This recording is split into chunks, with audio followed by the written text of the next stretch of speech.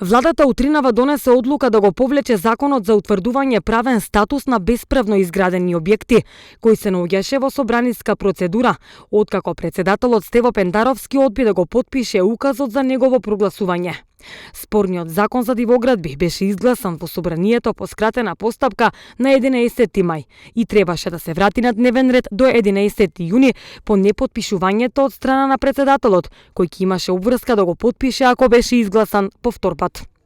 Владата на Република Северна Македонија на денешната редовна 74-та седница, одржана преку видеоконференциска интернет врска, врз основа на известувањето за спроведените активности, поднесено од Министерството за транспорт и врски, донесе одлука за повлекување на законот за утврдување правен статус на бесправно изградени објекти, кој се наоѓа во собраниска процедура, велат денеска од владата. Оттаму додаваат дека одлуката е донесена откако на работни средби со представници на комори и асоциации од областа на градежништвото, урбанизмот, представници на граѓанскиот сектор и на јавни дебати биле дадени забелешки за одредени законски решенија и предлози и сугестии за нивно доуредување.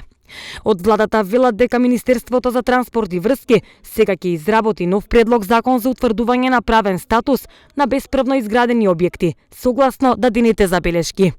Законот за дивоградби помина во собранието со подршка од мнозинството и од опозицијата.